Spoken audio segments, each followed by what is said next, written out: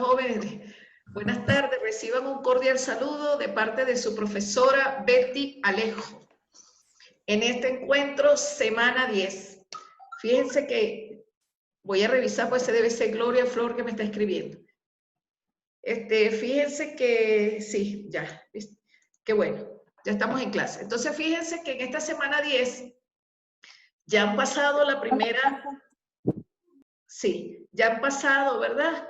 La prueba de fuego de la readaptación en cuanto al cuestionario, foro, todas esas situaciones. Les pregunto, ¿cómo les ha ido en esta experiencia en la semana 9 y semana 10? Porque acuérdense que estas actividades deben hacerse antes de la clase. ¿Cómo les ha ido en esta primera experiencia en la semana 9 específicamente con el cuestionario y el foro? ¿Lo resolvieron ya? Sí, sí, profe. Ah, bueno, entonces, ok. Cualquier situación que se genere, ¿verdad?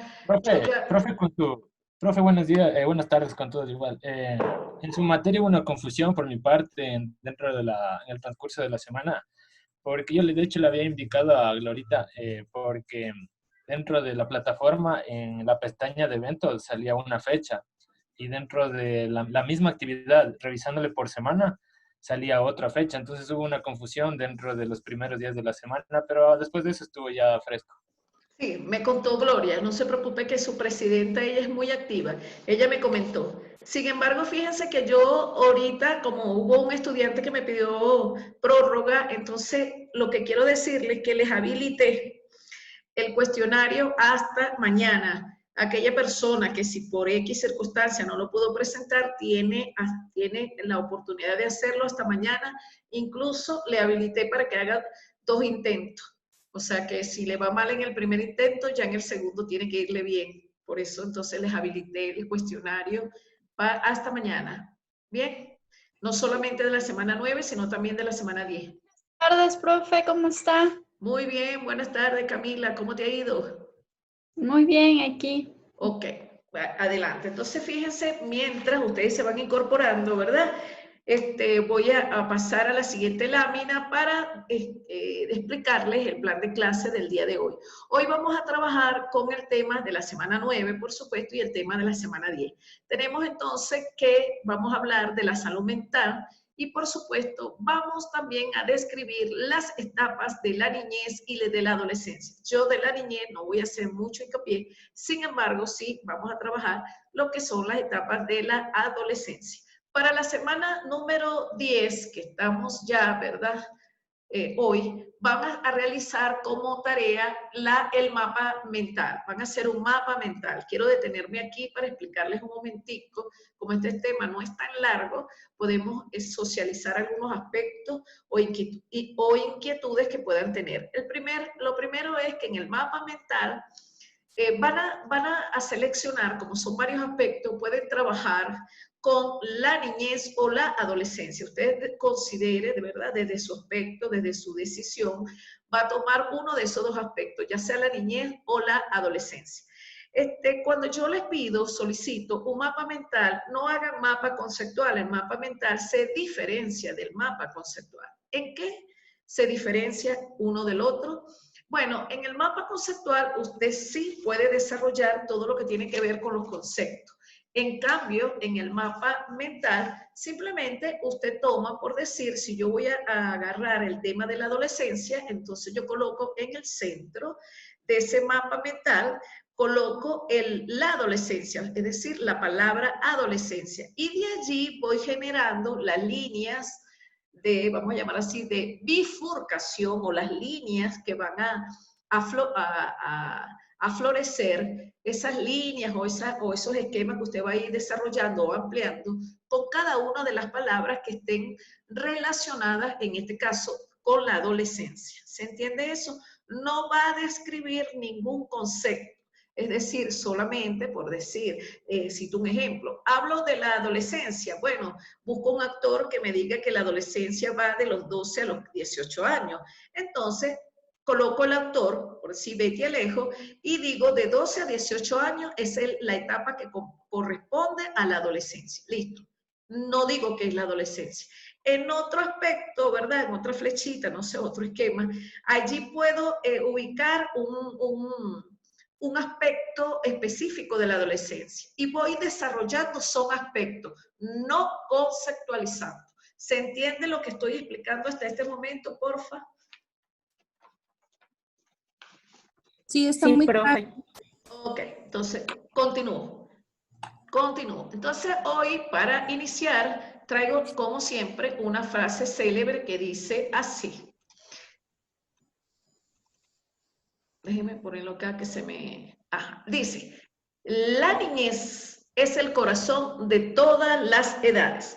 Y precisamente cada vez que yo traigo una frase es porque está relacionado o relacionada con el tema que vamos a tratar. Y esto lo dice Lucian Blaga.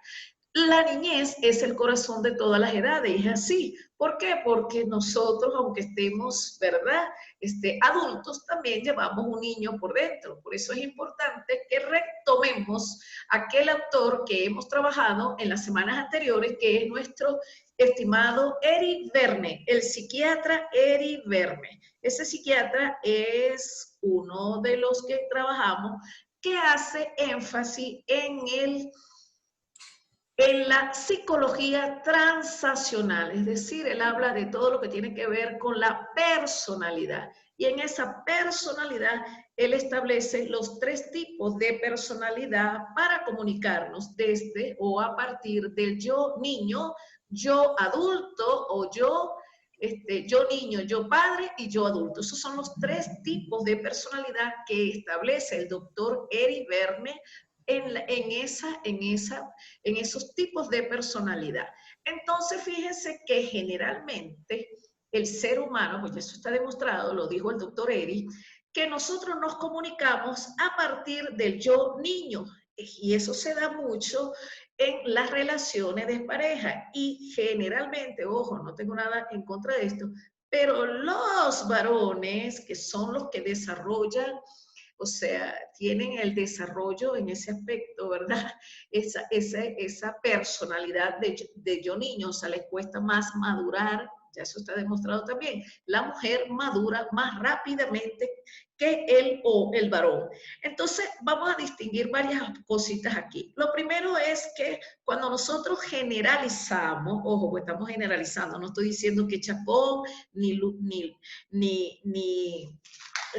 Stalin, ni mucho menos mi estimado Walter. No, en forma general, ¿verdad? Cuando se está hablando de los tipos de personalidad, ya el doctor Eri Verne demostró que nosotros, los seres humanos, nos comunicamos desde el yo niño. Pero ¿qué ocurre cuando nos comunicamos a partir del yo niño? Es porque también tiene que ver con todas esas estructuras de la experiencia vivida. Recuerden que ese es uno de los aportes que ha hecho la psicología transaccional. ¿Por qué? Porque nosotros somos toda esa experiencia, toda esa interacción que hemos tenido con papá y mamá y con nuestros mismos padres. Por supuesto, vamos acumulando en esa estructura de la experiencia vivida, vamos acumulando toda la simbología, los códigos sociales, nuestras costumbres, nuestras creencias, nuestros valores, y así vamos almacenando en la memoria a largo plazo, vamos almacenando todas esas simbologías. Por eso es que nosotros, además de que somos seres lingüísticos y que somos, por supuesto, tenemos un orden discursivo para comunicarnos, y eso también lo dijo ya, ¿verdad? Vygotsky, que nos comunicamos a través del lenguaje, y por supuesto, el lenguaje se da mediante la socialización. Entonces, eso es importante que lo tengamos siempre presente.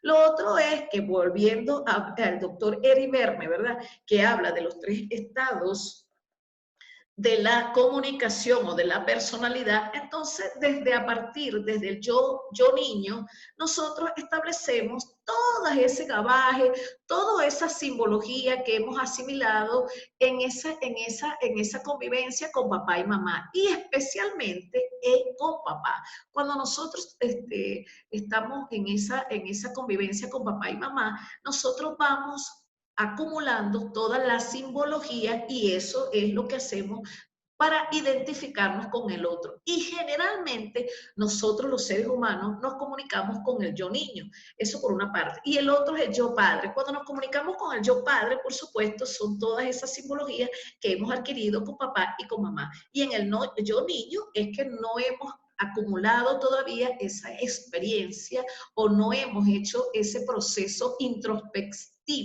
de comunicación intrapersonal o no hemos desarrollado nuestra inteligencia intrapersonal para comunicarnos a partir del yo adulto. Entonces, ¿cómo diferenciamos el yo adulto del yo niño, yo adulto? Una persona cuando se comunica del yo adulto es todas las referencias que hace, ¿verdad? Así lo hacía mi papá, mi mamá, y siempre hace una referencia discursiva que etiqueta ese aprendizaje con papá y mamá, eso por una parte. El yo niño es cuando hacemos, o se ve mucho en las parejas, que cuando las parejas pelean, ¿verdad? Hacen sus respectivos berrinches, y eso es cuando nos estamos actuando desde un pensamiento lineal, secuencial y por supuesto reactivo, eso por una parte. Y cuando nos comunicamos con el yo adulto, cuando tenemos una comunicación que está súper rayada, ¿verdad? Asertiva, es decir, una comunicación efectiva desde un diálogo abierto en el reconocimiento del otro, por supuesto en la legitimación con el otro y más aún en la aceptación de que nuestra verdad finaliza cuando comienza la verdad del otro. En ese plano dialéctico, es decir, en esa relación dialéctica que establecemos con el otro, activamos ese proceso comunicacional desde el yo adulto. Saliéndome de esta parte de lo que es él y verme, ¿verdad? Cuando nosotros hacemos la relación, y lo he visto mucho con las personas letradas, ¿verdad? Que están haciendo conferencias y que incluso manejan los temas de la adolescencia, de la niñez, del género y el chalala, que tiene que ver con el hombre, tienen un dilema discursivo de lo que tiene que ver con el varón y la hembra. Fíjense lo siguiente, cuando yo hablo del hombre, es un concepto, es una simbología o un concepto de varón y hembra. El hombre es en forma genérica, es decir, es un hombre, hace referencia al varón y a la hembra. En cambio, fíjense que también quiero hablar de eso, cuando yo hablo del sexo, y eso lo vemos si ustedes observen las planillas, ¿verdad? Que cuando nos piden la información de qué sexo es usted y le colocan el género, masculino o femenino. Entonces, también es importante porque vamos a hablar de la adolescencia y por eso que estoy entrando en estos conceptos previos. Cuando nosotros pedimos a alguien o solicitamos el sexo, estamos hablando del varón y la hembra. Allí no hay más nada porque biológicamente ya nosotros tenemos en la hembra y el varón una diferenciación de lo que me caracteriza a mí como hembra y por supuesto al varón lo que lo caracteriza. Entonces no será nunca lo mismo, no será igual, mejor dicho, el sexo varón y hembra. El varón biológicamente tiene una función biológica, orgánica, que lo distingue de la hembra. Entonces el género es lo que nos diferencia socialmente, es decir, son los patrones sociales que etiquetaron el comportamiento social tanto de la hembra como del varón. En otras palabras, para sintetizar, el sexo es masculino y femenino. Entonces, cuando nosotros vamos, fíjense, hay un dilema discursivo con los mismos especialistas que son expertos en la temática, y yo no entiendo por qué, que cuando hablan del género, entonces pueden decir, por citar un ejemplo, la hembra o el varón. No, si el género es masculino y femenino, ahí no hay más nada. Género masculino y femenino. Y la diferenciación entre el género es porque la sociedad, es decir, el sistema social estableció unos comportamientos que determinan el género en sociedad y está, por supuesto, relacionado directamente con el sexo. Cito un ejemplo. El sexo es varón y el género sería para el varón el masculino. ¿Por qué? Porque el masculino, ya identificado desde esa tipología biológica de varón, él tiene unos roles que cumplir dentro de la sociedad. Y por supuesto, la hembra igual en ese género. ¿Qué ocurrió con nuestra sociedad? Que nuestra sociedad no estableció el tercer género y mucho menos el transexual. ¿Por qué? Porque allí, ahí viene el dilema también discursivo, que nuestra sociedad, como venimos de una cultura patriarca, solamente establecieron los roles del masculino y femenino, pero no tomaron el tercer género, que es el género transexual. Entonces, allí también se planteó el dilema discursivo. Y entonces vuelvo a citar que cuando nosotros escuchamos a los letrados, tienen un dilema discursivo entre el varón y la hembra y terminan enredando a la gente, y no es así. Nosotros estamos ya biológicamente determinados por los genitales y por supuesto por las funciones que ejercemos dentro de un patrón físico, ¿verdad? Porque la genitalidad de la hembra es totalmente diferente a la del varón. Usted no le verá una vagina a un varón a menos que se haya operado. Eso por una parte. Entonces, eso es importante que lo tengamos claro para poder profundizar. Incluso lo escuchamos mucho en los psicólogos con ese dilema que tienen discursivo, y por supuesto en algunos expertos como los docentes y el chalala y chalala. Lo otro es que por supuesto en las edades es importante vivir cada una de las etapas de las edades, porque no es lo mismo, y eso también nos está pasando mucho. Bueno, a mí no, porque yo he vivido mucho o poco, pero he vivido cada una de mis etapas. Ya no me acuerdo ni siquiera qué es lo que hice en la adolescencia. Bueno, porque el recuerdo del pasado hay que dejarlo allá. Entonces, fíjense lo siguiente. Con respecto a las edades, ¿verdad? Nosotros tenemos que caracterizar, y ya la vamos a ver en las láminas subsiguientes, tenemos que caracterizar cada una de las edades. No es lo mismo, ¿verdad? La edad que corresponde de 0 a 2 años, que es totalmente, no hay un proceso cognitivo desarrollado para nada, ¿verdad? A la etapa que corresponde de 2 a 7 años, que allí Sigmund Freud, Piaget también establecía, jóvenes, que de 2 a 7 años es la edad más importante de la niñez, por supuesto, porque allí nosotros, en esa estructura de la experiencia vivida, vamos a almacenar todos los recuerdos, todos los sucesos, eventos, felicidades, acontecimientos, y por supuesto, en palabras cortas, todas las simbologías heredadas, como lo dice Eduardo Punset, toda la simbología heredada de papá y mamá, y por supuesto con nuestros mismos padres y con el contexto social. Entonces es importante que nosotros tengamos presente que la niñez es la niñez y la adolescencia es otra etapa que no tiene nada que ver con la niñez, es la continuidad hacia, ¿verdad?, hacia esa división que hemos dejado atrás la niñez, pasamos a la adolescencia, que ya vamos a profundizar, y después viene la adultez. Por eso es tan importante que para poder tener un corazón espléndido, que siga fortaleciendo nuestras edades hasta la tercera edad, para no estar mirando introspectivamente hacia el pasado, que nosotros los seres humanos podamos vivir a plenitud cada una de las etapas. Por eso van para los hombres otra vez, pobrecitos, que cuando los hombres llegan a los 40 años, 50 años, quieren andar con chavalas o con jovencitas, ¿verdad? Porque no han llenado todos los frasquitos, o también está demostrado, no han llenado todos los frasquitos afectivos y no se están manejando con el yo adulto. ¿Por qué? Y les cito un ejemplo.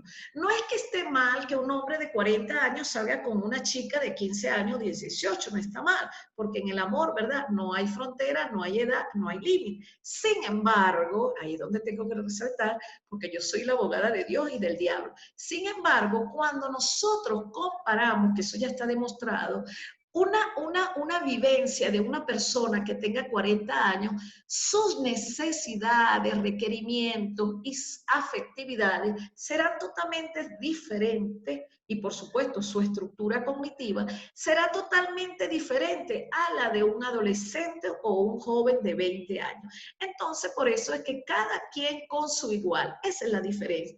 Por eso es que cuando las personas, y eso no solamente los hombres, hay mujeres también, que se enamoran de personas más jóvenes, no es que esté mal, sino que más tarde o más temprano, y esa es la explicación psicológica, más tarde o más temprano, el joven, la chica o el chico se va a ir con su igual porque los intereses nunca serán iguales.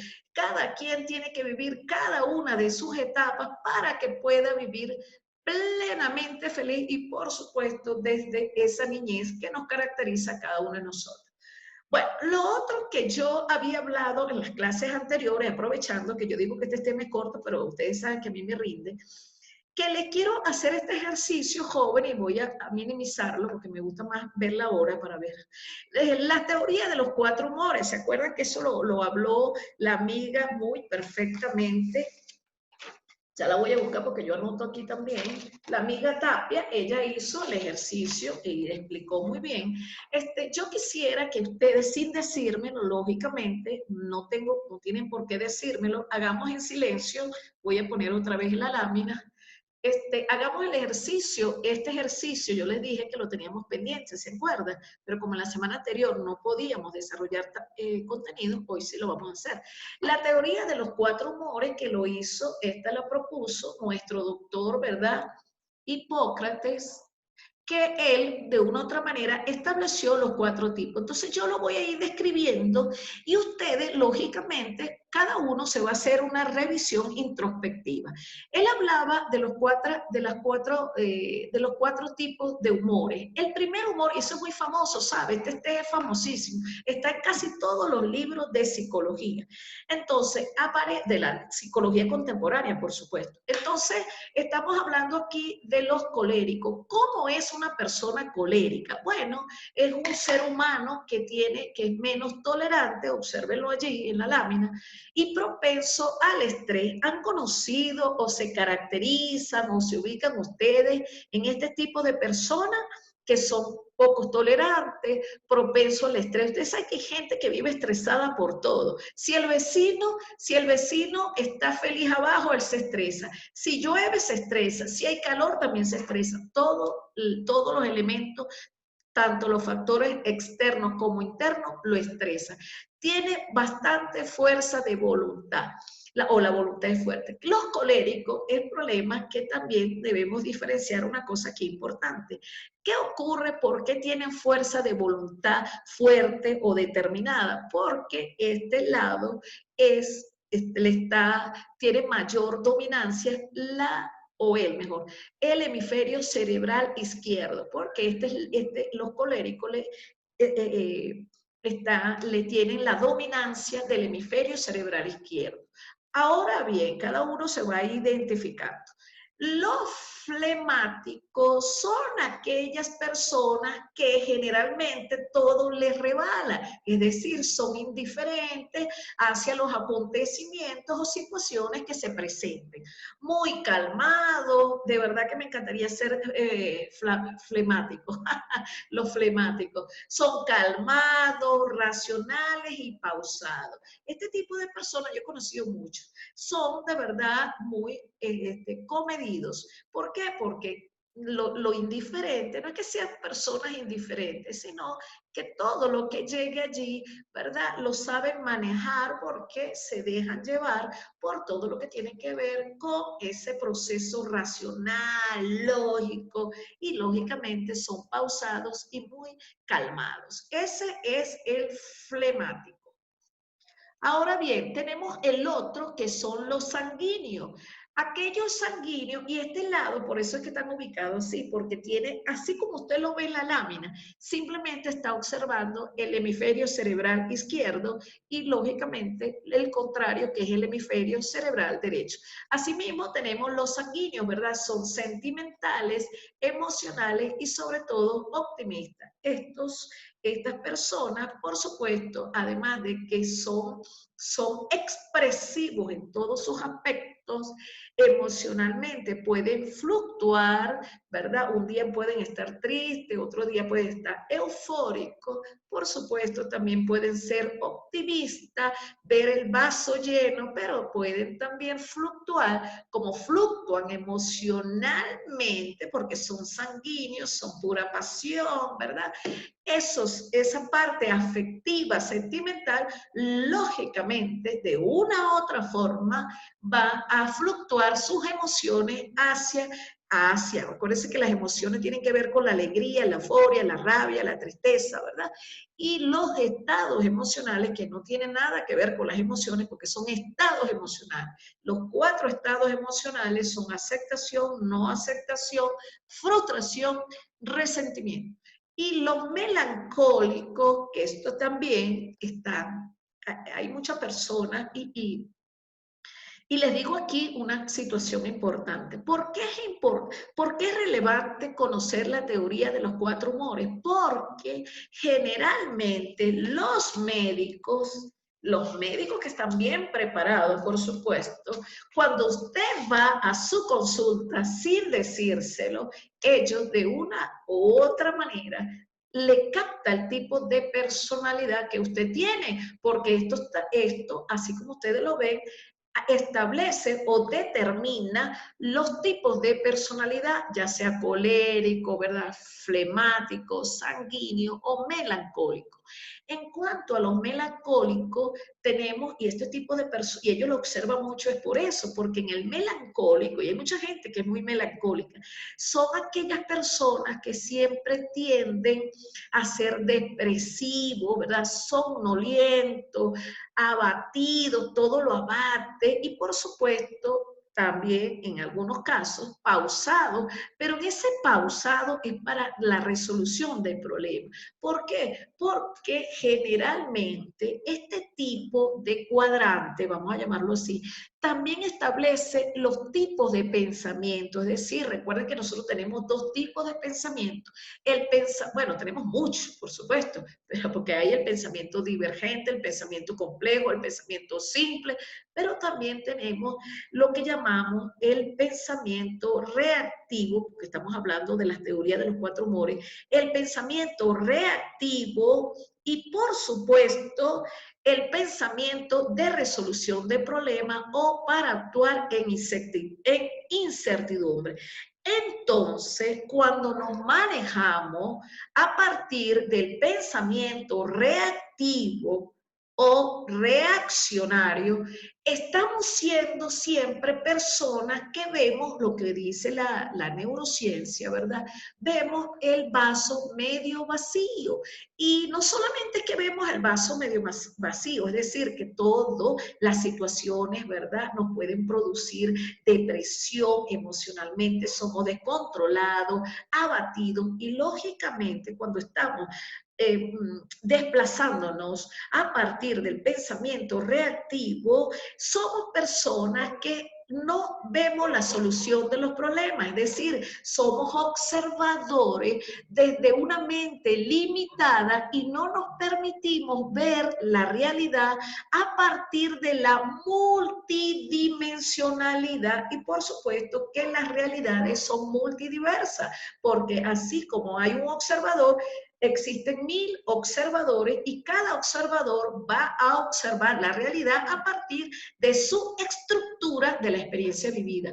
Por eso es que cuando nosotros nos manejamos desde el pensamiento reactivo, no vemos la solución de los problemas. Caso contrario, cuando nos manejamos con el pensamiento de resolución de problemas, allí podemos desplazarnos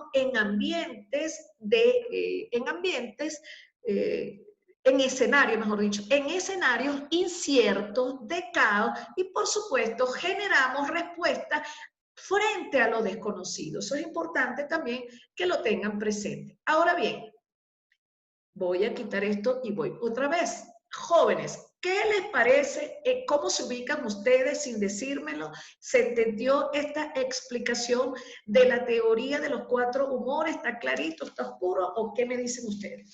A ver, mientras paso la asistencia. Camila ya la vi por allá. ¿Qué dice Camila? A ver, Camilo. Perdón, profe, aquí estoy. Sí. Según los humores de la teoría que estamos viendo, bueno, estoy entre dos, entre los coléricos y los sanguíneos, porque creo que de parte y parte. Qué bueno, Camila. Y lo creo, porque es que allí está, eso es otra cosa, y qué bueno que hiciste esa acotación, Camila, porque no necesariamente tenemos que etiquetarnos en uno solo, podemos tener incluso hasta los 4. Y generalmente las personas tenemos algo de melancólico, de sanguíneo, ¿verdad? De colérico y el otro. Entonces, qué bueno, qué bueno. Muy bien, Sí. ¿Algo más que quieras agregar o no? No, profe. Ok, muy bien. Por el momento. Vamos con Bolaños, Pérez y Cel. ¿Se encuentra? Sí, profe. Ok, Buenas tardes. ¿qué? ¿Algún comentario? La verdad, sí. Yo personalmente opino que este método, esta teoría es un poquito tal vez obsoleta o de alguna forma debería de adaptarse a la actualidad, reformarse de alguna forma. Porque no nos permite direccionar exactamente a una personalidad. O sea, todos en realidad tenemos este tipo de humores. Lo único que podríamos hacerlo es clasificarlos por porcentajes, pero aún así la verdad no me parece tan práctico o tan útil, o tal vez no me estoy proyectando lo suficiente, pero es mi primera observación.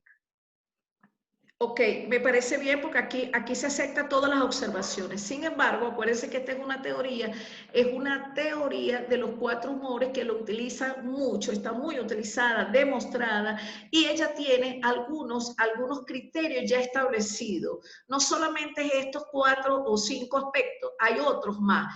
Pero lo importante es lo que tú dices, ¿verdad? Si tú no lo quieres aceptar, porque una de las cosas que es importante es que cada uno de nosotros puede ir estableciendo la teoría, ¿verdad? Para fundamentar la observación o el análisis que le vamos a hacer a nuestro paciente cuando ya estemos trabajando con pacientes, por supuesto. Me parece bien, es aceptada la observación. Ok, Cervantes, Adriana, Carolina, ¿está? Sí, presente, profe. Ajá, adelante. ¿Alguna observación, algún aporte que quieres hacer con respecto? ¿Qué entendiste tú de lo que yo expliqué? Es lo que quiero que me expresen, pues. Bueno, me quedó súper clara su explicación. Siempre sus clases son así, súper explicativas y nos queda súper claro. Y me pongo en el plan de los coléricos, solo me quedo ahí. Sí, me estreso bastante con todo. Pero, bueno, no sé, hay que mejorarlo tal vez sí. O por una parte no esté tan mal. Ok. Lo otro que yo les diría también, fíjense, es que nosotros cuando vamos a hacer un perfil psicológico, que eso es importante, que creo que es allí donde quiere ir Giselle, ¿verdad? Cuando hacemos un perfil psicológico tenemos que utilizar muchos test. No podemos quedarnos con una sola teoría, lógicamente, y además de eso, aplicar diferentes instrumentos para poder sacar un test o un perfil, perdón, para poder sacar un perfil psicológico. Eso es importante que lo tengan presente. ¿Por qué? Porque el ser humano es muy complejo, no solamente podemos analizar un aspecto, debemos revisar en profundidad todo lo que tiene que ver con los procesos cognitivos, afectivos, conductuales y por supuesto sociales. Eso es importante también. Muy bien. Chacón está, Chacón Jaime. Bueno, él como que está de guardia, porque ese chico trabaja mucho. A ellos les tocó en esta crisis. Sí. Ah, Chacón. Sí, ok, te escribí, te llegó, ¿verdad? Yo después sí, te respondo. muchas gracias, profe. Ok. ¿Está clarito, está oscuro? ¿Algún comentario que quieras hacer? Muy claro, profe, y es más, estoy de acuerdo dentro de esta teoría, ¿no? Y me ubicaría dentro de los flemáticos y sanguíneos, ¿no? Porque estoy por ahí entre esos 2 humores, profe. Ok.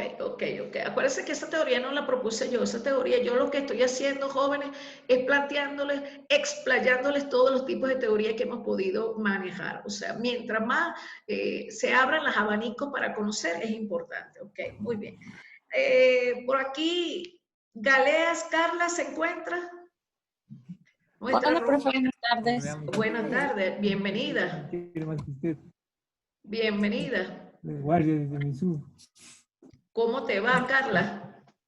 Bien, sino que hay un ruido ahí de fondo. Hay ruido, ¿verdad?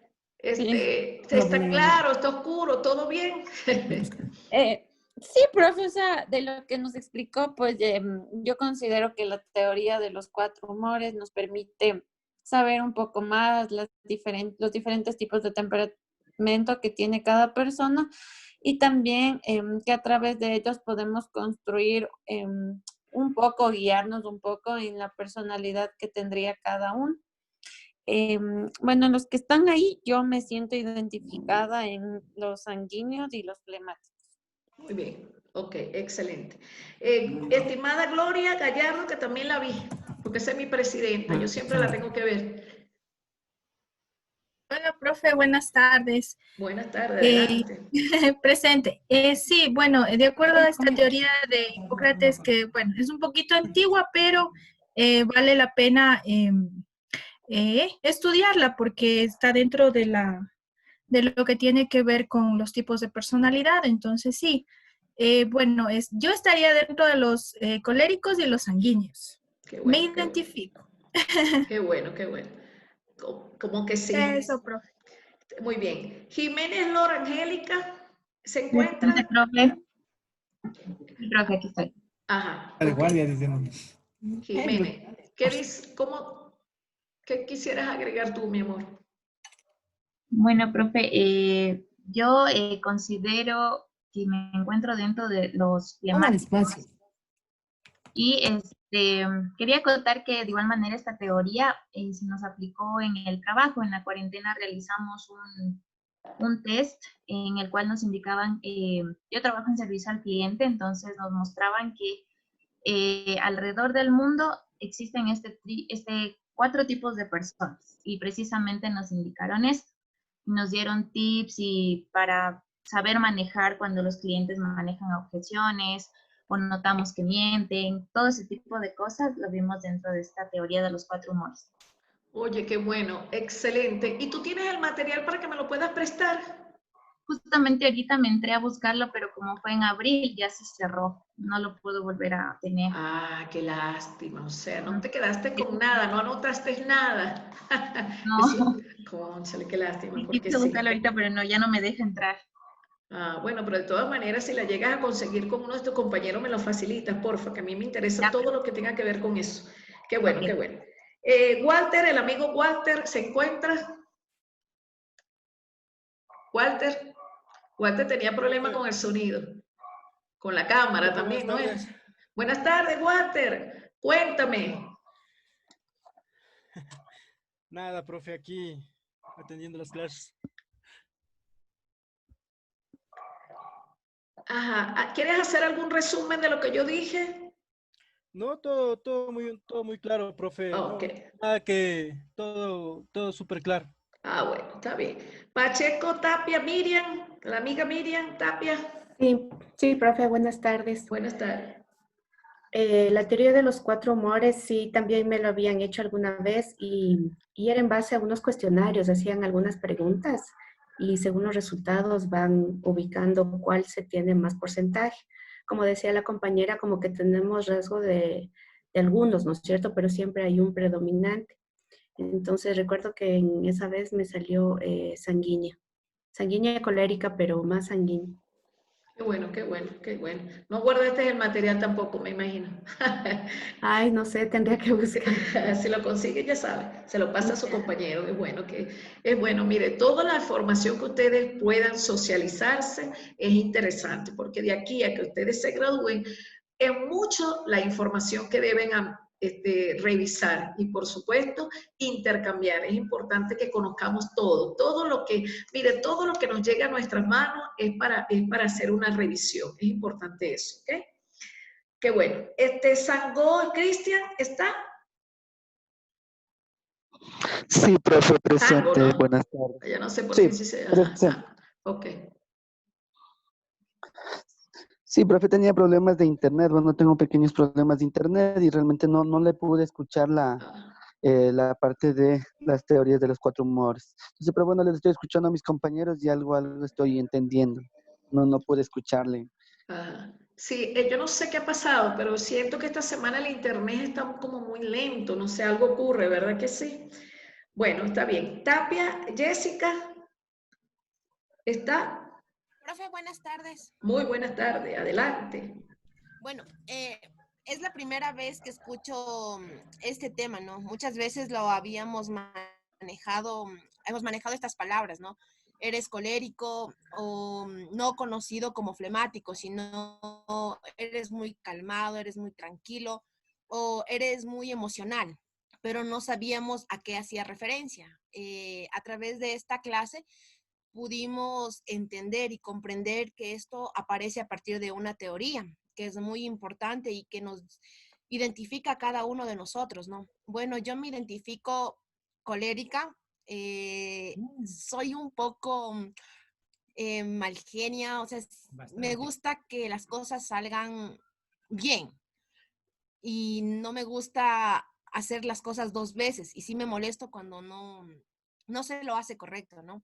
También me identifico con el sanguíneo, ¿no? Hay veces que quizá es una mezcla del coraje o de las iras o de la impotencia que uno tiene, pasa a lo sentimental y empieza a llorar de las iras, de alguna forma de expresar el sentimiento que uno tiene, ¿no? Eso, profe. Qué bueno, qué bueno. Una pregunta, ¿qué signo eres tú, Tapia? Capricornio, profe. Ah, por eso es que, por supuesto, tiene también mucho que ver con tu influencia y tu descendiente, que dice la gente. ¿Cuál será tu descendiente? Hay que buscar ese descendiente. Qué bueno, qué bueno. Bueno, lo único que yo te diría, Tapia, primero tú estás muy joven. Tú no puedes estresarte tanto, ser tan exigente. Acuérdate que hay que fluir en la vida. Nuestra vida está allí, es una danza, ¿verdad? Para nosotros es una línea que lleva punticos, que lleva secuencia, pero también podemos brincar esos punticos, borrar los punticos, regresar, darle la vuelta, hacer triángulos, cuadritos, todo lo que usted quiera hacer, porque la vida solo tiene una sola connotación, que es fluir. Sí, profe.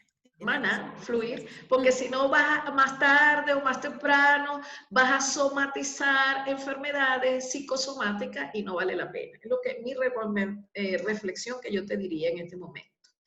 Muy bien. Sí, profe, muchas gracias. Okay. Stalin está, nuestro timbala. ¿Está? Sí, profe, buenas tardes. Ah, ¿Cómo qué está? bueno. Bienvenido. ¿Cómo le va? Cuéntamelo todo, timbala. Profe, clara su explicación. Igual la teoría de los 4 humores sí lo había visto antes. Sí me habían explicado cuando estudiaba. Sí, Igualmente, Continúa, sí, por diga. favor. Nada, igualmente, pues sí lo he podido poner en práctica en el lugar en donde yo trabajo. Y es muy eficaz, la verdad. Se puede conocer un poco más a las personas. Sí, es verdad, tienes razón. Los médicos la utilizan mucho, ¿sabes? Y los psiquiatras también. Claro, porque son médicos, pues. Cuando yo hablo del médico es porque son psiquiatras. Ajá, bueno, no todos son psiquiatras, pero estamos hablando de esto y eso lo manejan los psiquiatras. Ok.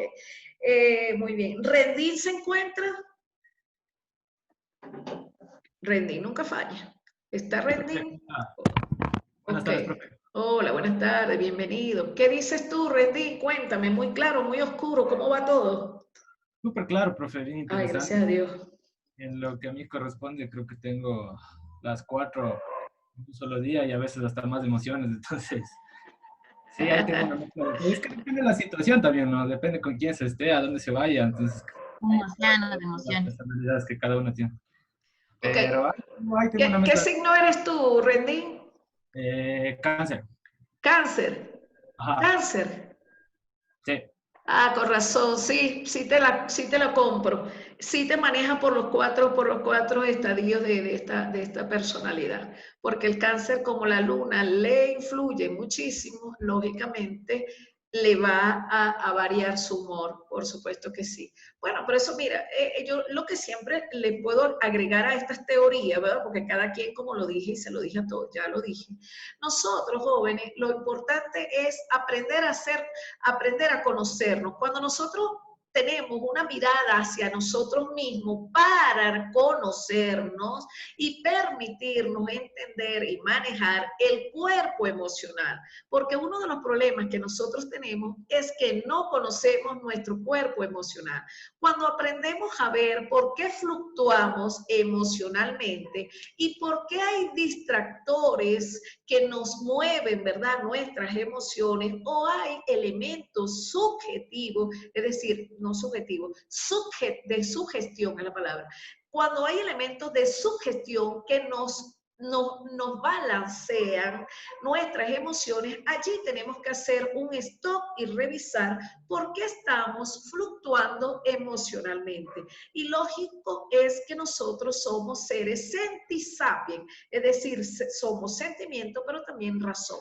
Y es importante que no solamente observemos la vida desde la lógica, sino también desde ese cuerpo emocional afectivo, porque antes de que el estímulo entre a la neocorteza cerebral, primero pasa por la parte afectiva, es decir, todo, por eso es que nos enganchamos, ¿verdad? Y fluctuamos emocionalmente, porque primero recibimos el estímulo emocionalmente hablando y después es que hacemos los procesos cognitivos para aplicar esa racionalidad respectiva.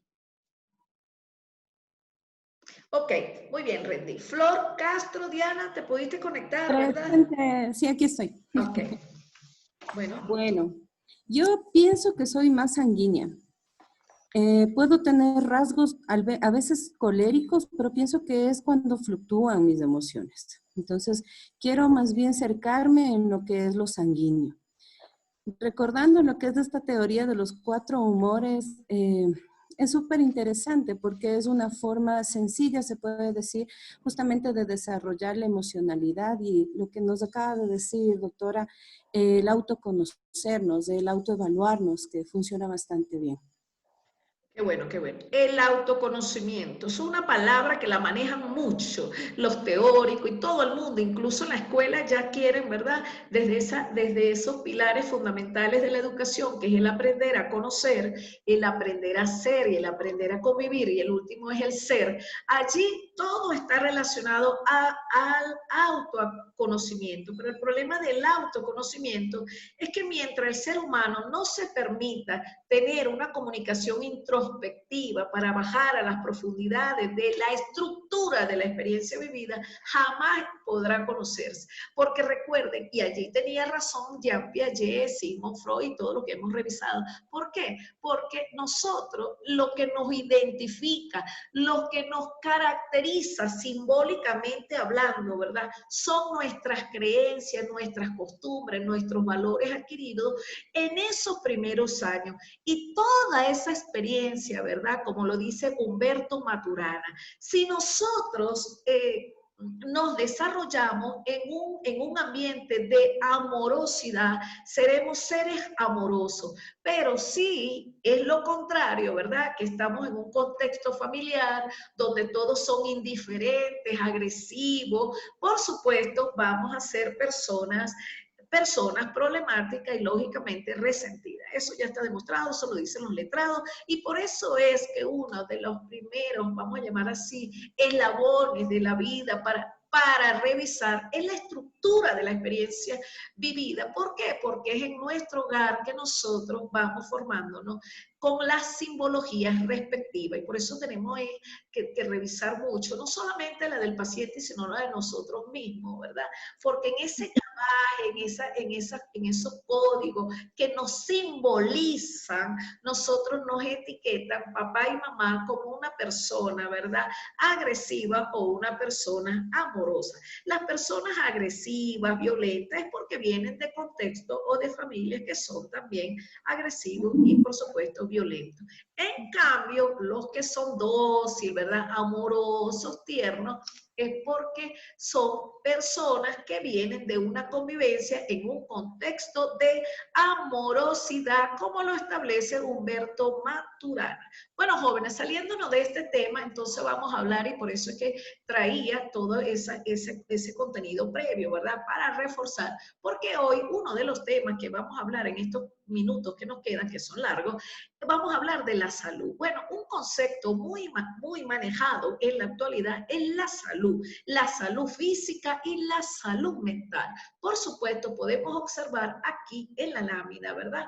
Que para hablar del concepto de salud, tenemos que tomar en consideración, por supuesto, la salud mental, porque es importante, ya que hace referencia primero al concepto de salud propiamente dicha. Es decir, nosotros, la salud, según la Organización Mundial de la Salud, establece que la salud no es solamente el deterioro físico, sino la ausencia, no solamente la ausencia de enfermedad, sino también, por supuesto, todo lo que tiene que ver con la salud social y la salud mental. Por eso es que cuando la OMS establece la salud como tal, en forma general, toma en consideración todos los factores externos, es decir, los factores sociales, los factores culturales y, por supuesto, físicos, de lo propio de la enfermedad, y, lógicamente, todo lo que tiene que ver con la salud mental. ¿Y por qué la OMS, que es la Organización Mundial de la Salud, establece esos elementos? Bueno, porque acuérdense que tanto el medio ambiente, ¿verdad?, que tiene un 30% de afectación a nuestra salud, tanto física como mental, nos moviliza hacia, o nos inclina hacia la balance de la salud física y mental, porque ya está demostrado que los factores externos de una u otra manera inciden lógicamente en nuestro deterioro o fortalecimiento de la salud física y mental. Eso por una parte. Allí pueden observar que etimológicamente viene del latín, casi todas las palabras vienen del latín salud, entendida entonces la salud como el estado en el que el ser orgánico ejerce normalmente todas sus funciones. Aquí me voy a detener. ¿Por qué? Porque cuando usted va al médico, ¿verdad? Es porque nosotros, pues, tenemos un problema de salud. ¿Y cómo es eso? Que la salud es el equilibrio orgánico y funcional de todo el sistema que compone al ser humano. Es decir, nosotros somos un sistema, el hombre es un sistema orgánico, desde el sistema cerebral, ¿verdad? El sistema cardiovascular, el sistema pulmonar, el sistema genital de reproducción masculina o femenina y, por supuesto, todo lo que tenemos en el cuerpo. Entonces, si nuestros sistemas, ¿verdad?, están funcionando normalmente, entonces eso quiere decir que nosotros tenemos salud.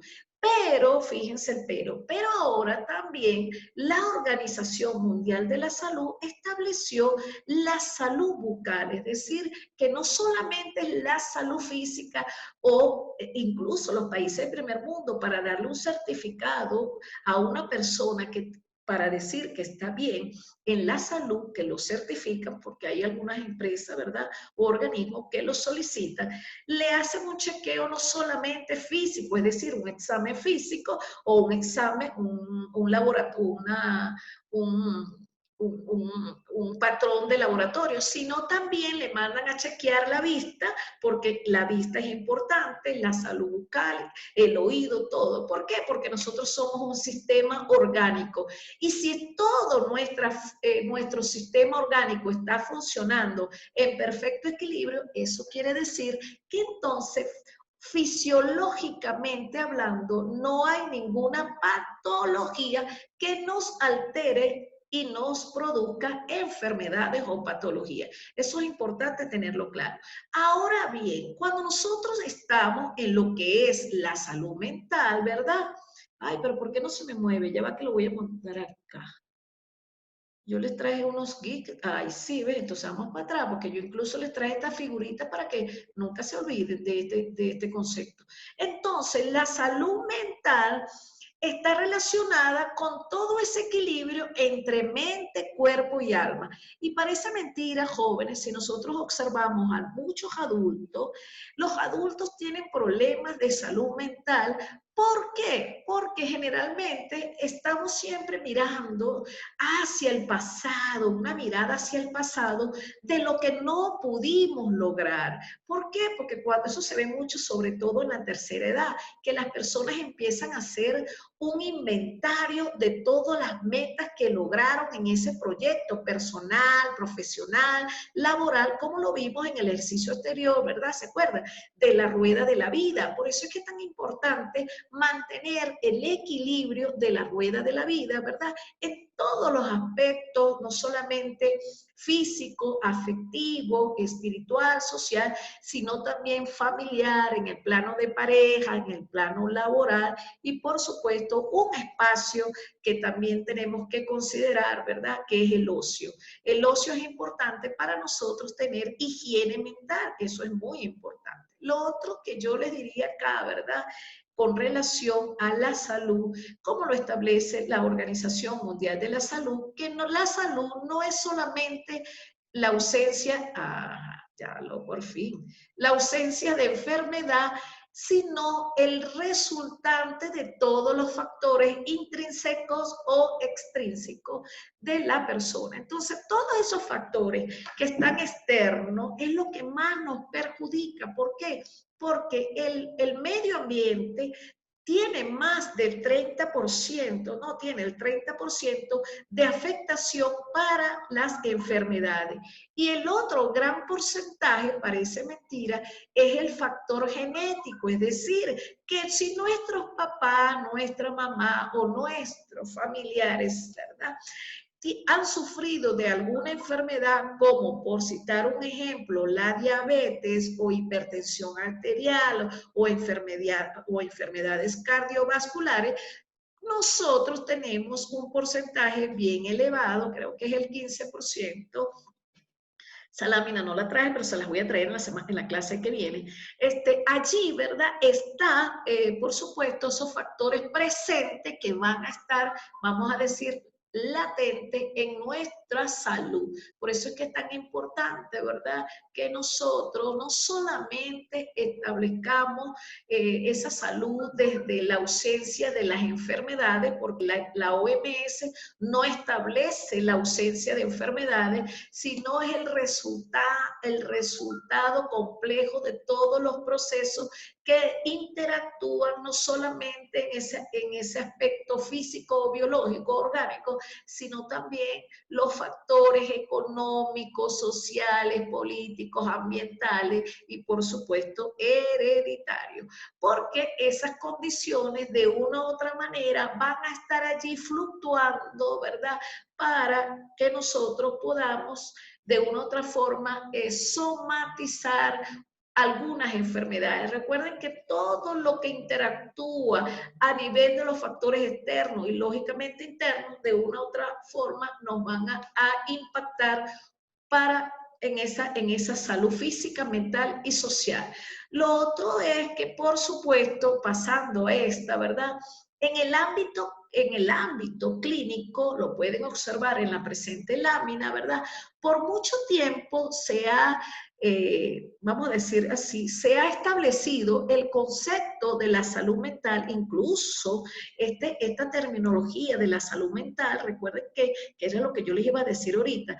Cuando comenzó los procesos, ¿verdad?, no solamente de psicología, sino el estudio del hombre en ese aspecto médico y psicológico, se estableció la salud, pero era a nivel curativo, es decir, nunca nunca se tomó en consideración los aspectos de la salud, la salud holística. Es decir, por eso es que en la actualidad se está hablando ya de una salud integral, no solamente desde un plano físico curativo, sino también a nivel de prevención. Por eso es que aquí les voy a nombrar lo que se conoce, mejor dicho, como los niveles de atención sanitaria. En esos niveles de atención sanitaria tenemos la atención primaria, el nivel de atención secundaria y la atención terciaria. Es decir, que toda nuestros organismos sanitarios siempre han estado relacionados con la atención secundaria y terciaria. Y por eso es que si ustedes se ponen a observar en la actualidad, todas las políticas gubernamentales, no solamente de los países en desarrollo, sino los países del primer mundo, están tomando en consideración todo lo que tiene que ver con el nivel de atención primaria. ¿Por qué? Porque ese nivel de atención primaria tiene que ver con la atención preventiva, es decir, todo lo que podemos hacer para prevenir las enfermedades. Y por eso es que se conocen los centros sanitarios como aquellos, ¿verdad?, que están para que usted se haga todo ese chequeo médico antes de ir a un nivel secundario de atención, por supuesto, sanitaria de salud. Entonces, en estos niveles de atención primaria ya deberían de estar como un sistema único de salud. Allí usted encuentra lo que tiene que ver con las consultas médicas externas y, por supuesto, todo lo que está relacionado con la higiene mental. Por eso es que es tan importante en ese ámbito clínico, ¿verdad?, que se reconozca o se valide o legitime lo que tiene que ver con la atención de la salud primaria. Y por eso es que todos los gobiernos ahorita, ¿verdad?, están, y ahora más con esto que pasó del coronavirus, debemos ir llevando a la población hacia esa conciencia social para prevenir las enfermedades. Entonces, eso tiene mucho que ver también porque la higiene mental, que es un término que se está usando y que es muy antiguo, sin embargo, se le está dando mucha importancia porque ahora no solamente la psicología está tomando en consideración las enfermedades físicas, sino también la psicosomática. Y es por eso que la salud mental es una terminología o un concepto que ha sido considerado de mucha importancia, porque la salud mental como concepto quiere decir que nosotros tenemos en perfecta armonía la integración entre la mente, el cuerpo y el alma. Por eso es que la salud mental tiene que ver con esa higiene mental, ¿verdad?, con ese confort que nosotros hagamos y, por supuesto, con los espacios hacia el ocio. El ocio bien administrado también es necesario. No es que vamos a pasar de lunes a domingo inclinados hacia las actividades del ocio, no. La higiene y confort, ¿verdad?, el día que nosotros necesitamos, el ser humano necesita recrearse, ¿verdad?, hacer deporte, por supuesto, además de eso, oxigenar su salud mental. Y por eso es que las personas, cuando llegan a cierta edad, sobre todo los adultos mayores, ¿verdad?, el adulto mayor avanzado, cuando ya tiene 65, 70, si no está acostumbrado a leer, a recrearse, a resolver, ¿verdad?, crucigramas o hacer actividades complejas que le permitan los pensamientos de abstracción, lógicamente van a ir perdiendo la capacidad de recordar. ¿Por qué? Porque una de las primeras situaciones que le pasa al adulto mayor avanzado es que va perdiendo la capacidad de recordar, ¿verdad?, o de ubicarse en ese tiempo y espacio, y eso tiene mucho que ver con esos aspectos de los procesos cognitivos, cómo hemos administrado nuestro tiempo y, por supuesto, con la salud mental. Y uno de los problemas que tiene el ser humano es que nunca tiene tiempo para nada porque vive estresado. Y aquí le diría yo a los que hablaron del estrés, es que el estrés bien administrado también es bueno porque te mueve la adrenalina y te permite desplazarte en un contexto para resolver los problemas. El problema es que si nosotros no sabemos administrar bien el estrés, lógicamente vamos a pasar a manejar el distrés, y el distrés sí nos ocasiona las enfermedades psicosomáticas. Por eso es que tradicionalmente, ¿verdad? Porque acuérdense que la medicina, la psicología, ¿de dónde surge la psicología y la medicina? De todos los procesos, ¿verdad? Desde la antigua, de la edad antigua, viene de la guerra y se experimentaba con los soldados. Y por eso es que toda nuestra medicina y los procesos psicológicos fueron dados mediante la experimentación, porque se utilizaban a los soldados que iban a la guerra y quedaban lesionados. Y generalmente la psicología ha sido experimental por eso. Y todo estaba relacionado a una psicología curativa, es decir, nunca preventiva. Y si ustedes observan en la actualidad, la visión que tiene la psicología va hacia la prevención y, por supuesto, hacia ese equilibrio de la salud mental. Eso por una parte. Lo otro que es importante considerar, porque estoy aprendiendo también a cambiar las láminas, ¿no? Es que la salud mental, aquí lo pueden observar, esto es un concepto que es importante que lo tengan presente, es el estado de equilibrio y adaptación activa y suficiente que permite a la persona interactuar con su medio de manera creativa, propiciando su crecimiento y bienestar individual y el de su ambiente social cercano y lejano, buscando mejorar las condiciones de vida de la población conforme a sus particularidades. Y como a mí, yo les leo la lámina, pero necesito explicarles algunas cosas importantes. Aquí hay palabras claves que voy a desarrollar en buen sentido. Lo primero es que como la salud, ¿verdad? Mental tiene que ver con el equilibrio. ¿Pero qué equilibrio? El equilibrio de la mente, porque uno de los problemas que tenemos es la mente, pero no la mente, como dice Eduardo Punset, no es la mente consciente, sino la mente subconsciente, que es la que nos trae los mayores problemas y la desadaptación que tenemos socialmente hablando. Y por supuesto, en cuanto a ese equilibrio de la mente, ¿verdad? Es la mente inconsciente o subconsciente la que nos hace movilizar esos pensamientos lineales, secuenciales, deterministas o pensamientos reactivos que no nos deja o no nos permite activar el pensamiento de resolución de problemas mejor dicho, para desplazarnos en un contexto incierto que es la vida incierta, porque lo cierto, como ya se lo he explicado, es tan incierto y es más incierto que cierto. Y lo otro que yo le diría aquí, según lo que dice Eduardo Ponce, es que la mente inconsciente nos hace activar, por supuesto, los patrones, hábitos, costumbres que nos hacen movilizarnos o desplazarnos inconscientemente en pensamientos reactivos. Cito un ejemplo.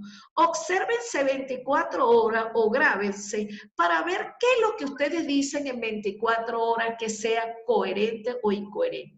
Y una de las situaciones que nos permite, ¿verdad?, analizarnos en profundidad es cuando nos grabamos a nosotros mismos para ver cómo pensamos, cómo expresamos, cómo nos desplazamos en un espacio determinado.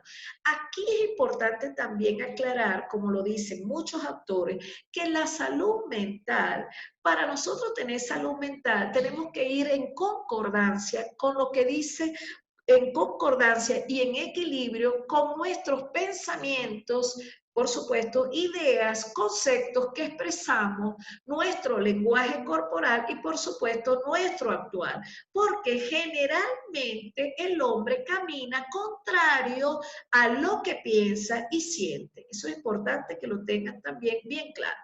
Lo otro es que dentro de esa adaptación, la otra palabra clave de adaptación activa es que el hombre inteligente, como ya lo hemos visto en las inteligencias múltiples, el hombre inteligente se adapta al contexto y, por supuesto, maximiza todas las múltiples inteligencias, eso por una parte, para resolver los problemas que se le presentan en la danza de la vida incierta.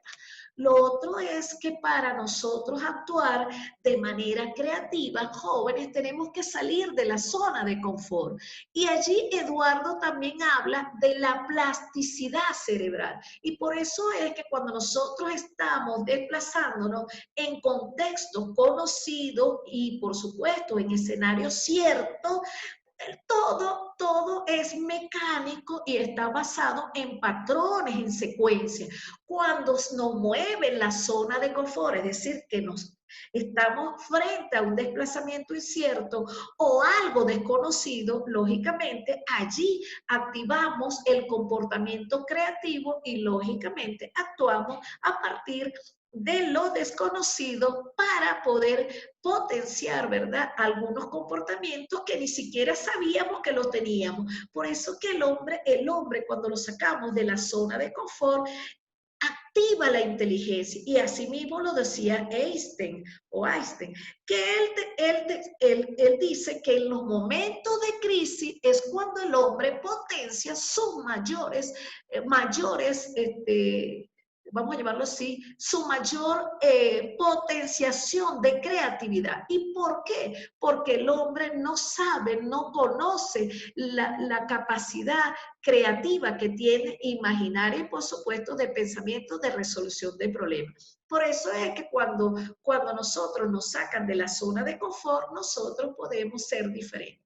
Y en la zona de confort es cuando usted o la persona es más inteligente. Lo otro es que en ese ambiente social cercano, ¿y qué es un ambiente social cercano? Ese ambiente social cercano tiene que ver con todo el contexto inmediato, que es nuestros mismos pares. Y una de las influencias que más nosotros manejamos es la sugestión, porque nosotros no dejamos sugestionar por nuestros mismos pares. Entonces, entrando ya en otro tema importante, voy a ver la hora, jóvenes, por favor, vamos bien. Tenemos aquí algo importante que es la etapa de desarrollo. En esa etapa de desarrollo, como ya lo vimos, según la etapa que marca nuestro... Jean Piaget, por supuesto, existen diferentes etapas, como lo pueden observar en la lámina, que es el periodo sensorio-motor, que va de los 0 a los 2 años. Allí no hay por supuesto, no hay un razonamiento abstracto, ni mucho menos un proceso cognitivo de alto nivel intelectual, por supuesto que no. Allí está más desarrollado lo que es todo lo que tiene que ver con el placer. ¿Por qué? Porque esa es la etapa fálica y, por supuesto, oral, la etapa oral y fálica, porque el niño a través de la boca y a través de la defecación también él disfruta del placer. El otro es el periodo preoperacional. En ese periodo preoperacional que va de los 2 a los 7 años, allí lo decía Jean Piaget, por supuesto, y que es importante esa teoría, porque el que no conozca la teoría de Jean Piaget, es que no ha estudiado las etapas del ser humano, ¿verdad? Él habla en esa etapa preoperacional de 2 a 7 años, es que vamos construyendo una estructura, vamos haciendo los esquemas mediante las diferentes simbologías que vamos aprendiendo en la interacción social. Por eso es que Vygotsky también dice que en la interacción social nosotros vamos adquiriendo los primeros esquemas, las primeras representaciones simbólicas y por supuesto le vamos dando significado a todo lo que tiene que ver con la simbología, eso por una parte. Tampoco hay un pensamiento abstracto, sino un pensamiento normal de los procesos cognitivos básicos. Más adelante, ¿verdad?, se establece el periodo de las operaciones concretas. Allí comienza la etapa de los 7, ¿verdad? De los 7 a los 14 o 15 años, donde, por supuesto, sí comenzamos a desarrollar el pensamiento de resolución de problemas. Lógicamente, allí yo citaría a Vygotsky con, que ya yo les hablé de eso, hacia el desarrollo de la zona proximal. ¿Se acuerdan? Cuando Piaget hablaba y decía que no tenemos necesariamente que caracterizar o etiquetar a un niño, sino siempre teniendo presente la etapa latente de la zona de desarrollo proximal. Es decir, que un niño, cito un ejemplo, porque tenga 7 años, no quiere decir que él va a desarrollar solo los procesos cognitivos básicos. Todo depende del ambiente donde se desenvuelva y, por supuesto, de la estimulación que reciba de su contexto mediato, es decir, de su contexto más cercano. En ese periodo concreto o de operaciones concretas, por supuesto, allí vamos a desarrollar ya los procesos de abstracción y, lógicamente, todo lo que tiene que ver con los procesos cognitivos de alto nivel intelectual, porque allí podemos desarrollar el razonamiento hacia la resolución de problemas. Y después viene, por supuesto, el periodo operatorio formal, que ya, por supuesto, vamos haciéndonos más adultos. Hay una capacidad reflexiva y, por supuesto, no solamente reflexiva, sino lógica reflexiva. Así pues, entonces podemos entrar en lo que es la adolescencia. En esa etapa de la adolescencia, entonces, lo pueden observar en la lámina, ¿verdad? Es un lapso correspondiente, por eso es una etapa, porque la etapa es que quiere decir que usted se acabó eso y comenzó la otra. No hay vuelta atrás, es decir, no puedo llegar a la niñez aunque viva en la niñez. Entonces, en ese periodo de desarrollo humano comprendido entre la niñez, es decir, dejamos la última etapa de la niñez y comienza lo que es la edad adulta, pero la edad adulta joven, por supuesto, porque la edad adulta también tiene varias clasificaciones. Esta es la edad adulta joven, durante la cual se presentan importantes cambios físicos, biológicos, psicológicos y sociales. Aquí voy a hacer voy a decir esto y después hago un paréntesis. Según la Organización Mundial de la Salud, eso también depende del país, tenemos varias edades, ¿verdad? La adolescencia, algunos lo toman a partir de los 10 años hasta los 19 años, incluso otros, Estados Unidos lo tiene hasta incluso antes.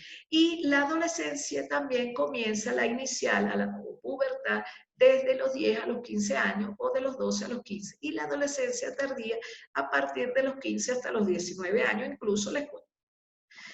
Fernando Bianco, ¿verdad? De la Escuela Bianco, él dice que el adolescente puede ser hasta los 20 años. Incluso yo creo que uno llega a los 30 y todavía es adolescente. Bueno, hablando de esta situación, les voy a hacer una pregunta porque que la otra semana yo no sé qué pasó, o sea, habían tantas cosas que había que socializar. ¿No había tema persona pendiente para exponer hoy? ¿No había alguien asignado para un tema hoy? No, profe. Ah, ok. Para la próxima semana que viene, ¿verdad? Que es el tema 11, sí me gustaría que alguien me acompañara de manera espontánea, sí, y participativa, que me acompañe con el tema que viene en la semana 11, se mete al aula virtual y allí está ya todo el material para que me acompañe. Una persona o 2 personas máximo. Antes de, ¿quién quiere participar? Yo, profe, Eduardo Redín. Ajá, Redín, excelente, Redín. Aquí te anoté, Redín. ¿Quién más? Miriam Pacheco. Ah, excelente. Bueno, tenemos ya los dos candidatos, muy bien. Ahorita también fíjense lo siguiente, jóvenes.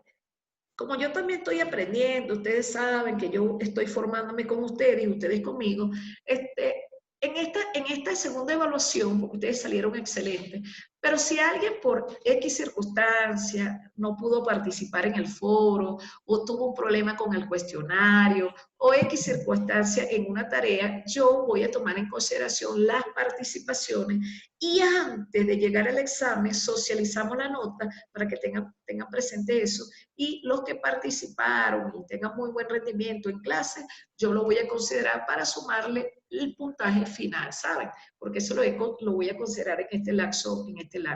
Voy a ser muy solidaria con ustedes en este lapso. Ok, entonces volviendo a la adolescencia, podemos decir entonces que la adolescencia hace algunos cambios biológicos bien interesantes y uno de los primeros cambios que se da a nivel biológico es el hipotálamo. En el hipotálamo, ¿verdad? Se comienza, por supuesto, a generar una producción de hormonas que es lo que nos hace hacer ese crecimiento biológico. Lo vamos a ver en la siguiente lámina. Entonces, en la adolescencia, ¿verdad? Cuando inicia la adolescencia, la niña comienza a ver su primera menarquia, es decir, lo que conocemos como la menstruación. ¿Por qué? Porque comienza el hipotálamo a producir toda esa carga hormonal y ella inicia con el primer sangramiento a través de la menarquia. También, por supuesto, en la hembra se da un proceso de ovulación. Por eso es que ninguna mujer que no esté ovulando o ninguna niña que no esté ovulando va a salir embarazada. ¿Por qué? Porque no hay ovulación. Y el óvulo es lo que permite con el espermatozoide que se dé el embarazo. Entonces, una vez que la adolescente, ¿verdad?, comienza su menarquía, lógicamente tiene potencialmente garantizado, si hace la función sexual, tener presente un embarazo. ¿Por qué? Porque ya hay una carga de óvulos allí en los ovarios y lógicamente mensualmente nosotros desprendemos un óvulo, ¿verdad? Porque estamos generando en esos ovarios, tenemos una carga de ovarios allí guardaditos, ¿verdad? Para que mensualmente se va desprendiendo. Y ese desprendimiento es lo que hace como no se entrecruza un espermatozoide o una célula, ¿verdad?, del varón, que es el espermatozoide. Si no se une con el óvulo, lógicamente no hay esa unión, entonces comienza el sangrado. Y eso es lo que se conoce como menstruación. En el chico es contrario, porque él comienza su primera producción de semen, porque tampoco en la niñez ningún niño tiene producción de semen, y eso está allí, se conoce como espermarquia. Esa es la producción de semen o esperma. Más adelante, por supuesto, se caracterizan algunos cambios biológicos. Estamos hablando primero de lo biológico. Hay crecimiento del pene, por supuesto, como lo pueden observar allí, ¿verdad? Los escrotos también crecen, ¿verdad? Los testículos, por supuesto, hay cambios en la voz, el crecimiento del vello púbico, ¿verdad? En las axilas, en la barba, y ya orgánicamente hablando hay un cambio de niño a adulto, se va cambiando todo físicamente, se amplían, por supuesto, las caderas, el tamaño, ¿verdad? Y todo lo demás que usted lo conoce porque todos hemos pasado por esos procesos. Y, por supuesto, en el varón se dan las poluciones nocturnas, porque eso es normal, porque hay una carga hormonal. ¿Y por qué ustedes creen que los momentos más de euforia hormonal es justamente en la adolescencia? Porque allí se comienza a disparar esa carga hormonal que caracteriza, ¿verdad?, ese apetito sexual. Ok. En la joven también, ¿verdad? En la hembra también hay unos cambios bien interesantes. Yo igual le dejo las láminas allí, ¿verdad? Hay unos cambios, no solamente en la mucosa uterina o vaginal, ¿verdad? También cambia el color, ya no será lo mismo una niña, una vulva de una niña a una adulta, por supuesto. Comienza a aparecer también un flujo vaginal transparente, blanquecino, eso es normal. La mujer siempre, unos días antes de la ovulación y lógicamente de que llegue la menstruación, lógicamente ella va a tener un flujo vaginal. También todo lo que tiene que ver con esos cambios, ¿verdad? De cadera, de seno y de la mama, todo eso está allí. Pero ahora viene un aspecto muy importante que tiene que ver con el desarrollo psicosocial. En ese desarrollo o los cambios psicosociales, ¿verdad? Tenemos que el joven, o sea, el adolescente, se cree el centro de atención y es por la misma situación de que él está dejando la niñez para hacer un cambio hacia la adultez. En ese sentido comienza a desarrollar una cosa que se llama el egocentrismo, es decir, se siente el centro de todo. Los que tienen hijos adolescentes saben de lo que se está hablando, porque el egocentrismo en el adolescente es una etapa ya demostrada que es bien difícil porque comienza la rebeldía del joven. Y además de eso, también él anda buscando la propia determinación personal y, lógicamente, la identificación con el otro. Por eso es que en la adolescencia los jóvenes tienden a ser muy sugestionables. ¿Por qué? Porque los mismos pares, mediante ese mecanismo de sugestión, ¿verdad?, condicionan el comportamiento del adolescente. Lo otro es que son omnipotentes, se creen el Dios todopoderoso. Por eso es que en esa carga hormonal, ¿verdad?, de adrenalina, lógicamente, los adolescentes no miden el peligro, más bien aman el peligro. Lo otro es que buscan la autonomía, la responsabilidad. Hay un cambio de humor constante, pasan de la alegría a la rabia, rabietas constantes, a la incomprensión. Lógicamente, el adolescente en esa etapa es muy difícil porque no es culpa de ellos, es que hay un disparo hormonal, ¿verdad?, que hace que fluctúe emocionalmente. Hay una fluctuación de hormonas y por eso es que el adolescente cambia constantemente de humor. También eso va a depender, como lo dice Humberto Maturana, del espacio donde uno se desenvuelva, porque si es una familia que son complicadas, conflictivas, lógicamente el adolescente va a tener más problemas de buscar la autonomía personal. Y también hay espacio, ¿verdad?, de soledad, y es allí donde nosotros tenemos que estar muy pendientes con el adolescente, porque en el adolescente es una etapa de vulnerabilidad, porque se está dejando atrás un espacio de niñez, pero también estamos iniciando la adultez y el adulto joven, ¿verdad?, no tiene las experiencias para un desplazamiento efectivo y por eso es importante, aunque estos adolescentes, fíjense, de esta generación de la era digital son totalmente diferentes a la generación anterior y por eso es que papá y mamá tienen también que readaptarse, reimpulsarse y adaptarse al cambio de estos adolescentes, porque los adolescentes tienen un problema y se lo digo porque yo he trabajado con muchos adolescentes, no le cuentan a papá y a mamá nada, porque y si le cuentan es desde la visión o perspectiva de lo que quiere escuchar papá y mamá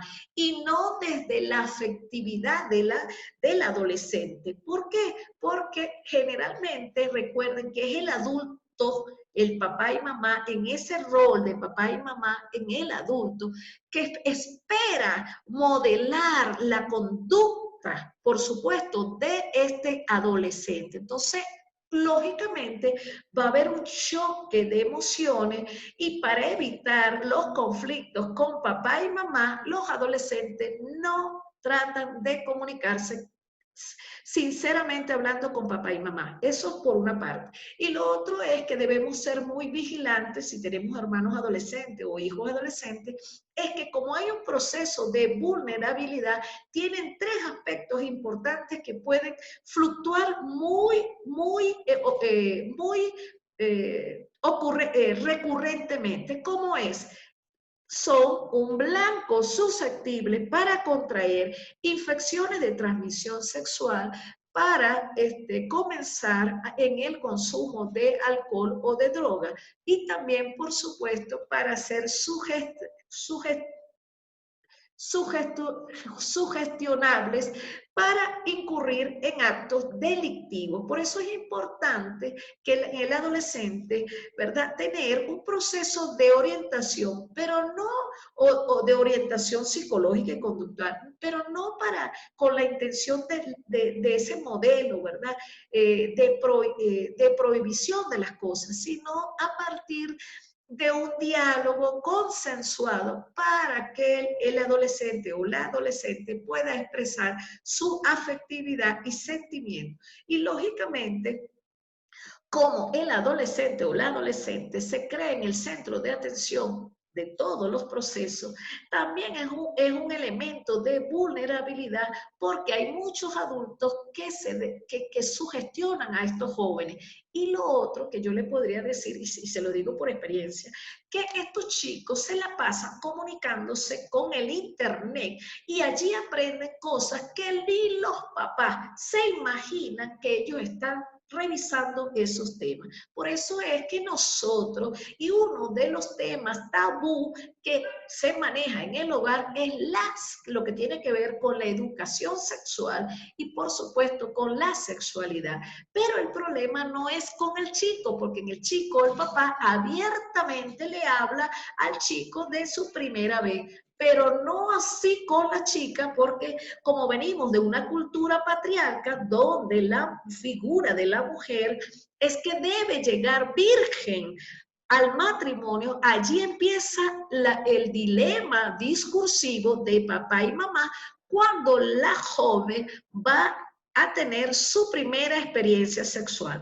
Y lo que yo no entiendo en este siglo XXI es que si todos sabemos que va a existir una primera vez para todos, y especialmente para hacer el ejercicio de la función sexual, ¿por qué papá y mamá no se sinceran en ese diálogo consensuado, en ese contrato de pareja, para hablar abiertamente con su hijo o su hija, y especialmente con la joven, ¿verdad?, para decirle lo que va a ocurrir en esa primera vez? Incluso los países del primer mundo ya le hablan abiertamente a la joven cuando cumple los 15 años, porque sabe que a partir de los 15 años hasta los 18 más tardar, eso va a ocurrir fuera del matrimonio.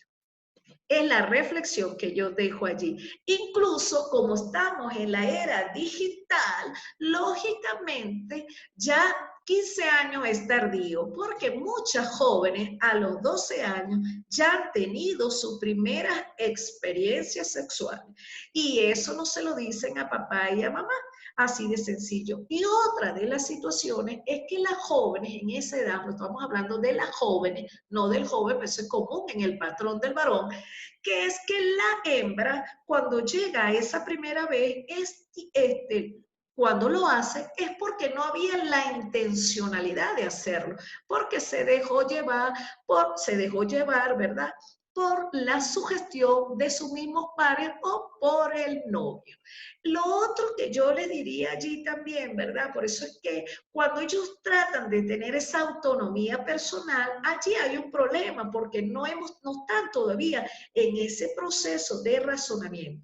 Entonces, es preferible sentar, ¿verdad?, a los adolescentes y hablarles claramente de que va a ocurrir la función sexual más tarde o más temprano. Es mejor prevenir que lamentar. Incluso por eso es que ocurren los embarazos en la adolescencia, que ya estadísticamente está demostrado, ¿verdad?, que en la edad juvenil es donde ocurren más, se incrementan los embarazos en esa edad. ¿Por qué? Porque no hay una orientación preventiva de todo lo que le va a ocurrir a la joven, porque el problema es que la sociedad patriarca también hizo que nosotras, las mujeres, somos las responsables del embarazo. Y en una relación de dos que se necesita el espermatozoide y el óvulo, lógicamente para que se dé el embarazo tiene la participación tanto el varón como la hembra y las responsabilidades recaen tanto en el varón como en la hembra. Entonces, en un consenso dialéctico, ¿verdad?, entre papá y mamá, en ese diálogo entre iguales con el joven o el chico o la chica, es importante, ¿verdad?, que el papá escuche en mente en blanco y se permita escuchar, no desde sus expectativas o intencionalidades, sino desde lo que siente el adolescente. Y uno de los problemas que tienen los adolescentes, que lo dicen con mucha repetición, es que no se sienten escuchados por su grupo familiar. Lo otro es que dentro de ese nivel, lógicamente, de la adolescencia, hay un proceso, aquí se lo voy a poner para que lo puedan ver, ¿verdad? Hay un desnivel allí, ¿verdad?, de autoestima y por supuesto, porque estamos dejando ese proceso de niñez a la adolescencia y lógicamente tiene que ver con ese nivel de confianza en sí mismo, ¿verdad? Miedo al rechazo, mucha timidez, en la adolescencia hay mucha timidez, aunque ellos demuestren lo contrario, hay sensaciones, diferentes emocionalidades que se viven allí y por supuesto todo lo que observan ustedes en la presente lámina. Lo otro es que sí me gustaría, y creo que es la última, sí señor, vamos a revisar algún aspecto aquí importante para ir cerrando, que es que en los adolescentes jóvenes debemos tener en consideración varios aspectos. Primero, la apariencia física y el comportamiento del adolescente. Nosotros, los que trabajamos con la docencia, los papás, las mamás y todos aquellos que tenemos hermanos adolescentes, porque todos hemos ido pasando por eso, debemos observar qué dice el adolescente, cómo lo dice, cuál es la intención de su mensaje y, por supuesto, cuál es el comportamiento en esa apariencia física, porque cuando el niño el adolescente se está descuidando su apariencia, algo tiene que ver con el consumo de alcohol o de droga. Eso es importante que lo tengan presente. Lo otro es las expresiones del adolescente. Tenemos que observar cómo él expresa sus emociones, porque como ellos están en ese desconocimiento de sí mismo, es importante aprender a educar, o sea, enseñarles a educar las emociones. Es importante que lo tengamos presente. Lo otro es que también se va a generar procesos de pensamiento y lógicamente ellos, como se sienten egocéntricos totalmente, van a ir siempre proyectando procesos de pensamiento hacia la resolución de problemas. Sin embargo, cuando ellos están en conflicto, allí se acuerdan de papá y mamá, porque en lo contrario es que ellos creen que pueden resolver todos los problemas y eso ha sido una de las situaciones que le ha traído problemas al adolescente. Porque como se creen tan superpoderosos, es decir, como lo dijo Nix, el superhombre, entonces allí hay un problema porque se meten en cada situación sin saber, ¿verdad?, las consecuencias y después sí se acuerdan de que tienen papá y mamá. Lo otro es también el estado de ánimo porque fluctúan mucho y lógicamente en esa fluctuación del adolescente tenemos que ser muy cuidadosos para ver por qué él está fluctuando emocionalmente hacia la rabia, la tristeza, la euforia y todas las emociones que ustedes conocen y lógicamente para enseñarle a administrar las emociones a tiempo. Lo otro es que en esos estados de ánimo, porque una cosa es el estado de ánimo que tiene que ver con la aceptación, no aceptación, frustración y resentimiento. Recuerden que generalmente los seres humanos no saben resolver todos los problemas cuando estamos en un nivel de frustración o de resentimiento, porque no tenemos ese estado emocional de aceptación. Generalmente estamos siempre en un estado emocional de no aceptación de las cosas. Y lo otro es que en el funcionamiento intelectual, por supuesto, ya dejamos atrás el proceso cognitivo básico y vamos entonces, es decir, el adolescente va hacia ese proceso cognitivo de orden superior o intelectual. Y todo lo que tiene que ver con la orientación, el tiempo, el espacio, es importante observarlo en el adolescente. ¿Y por qué es importante observar a nuestros adolescentes? Porque los adolescentes tienden a ser a complicarse su vida con los problemas que están allí latentes, como las enfermedades de transmisión sexual, los problemas del embarazo, la drogadicción, la violencia, la delincuencia, y la lista continúa. Eso sería todo el tema del día de hoy. A ver, cierro en 4 o 5 minutos que quedan en mi participación en el día de hoy. Ahora bien, les pregunto, ¿cuáles serían en tres intervenciones, 4 intervenciones, cuáles serían las experiencias que ustedes han tenido con relación a los adolescentes, o si están viviendo en este momento con algunos adolescentes, si quieren intervenir con respecto a lo que yo acabo de decir?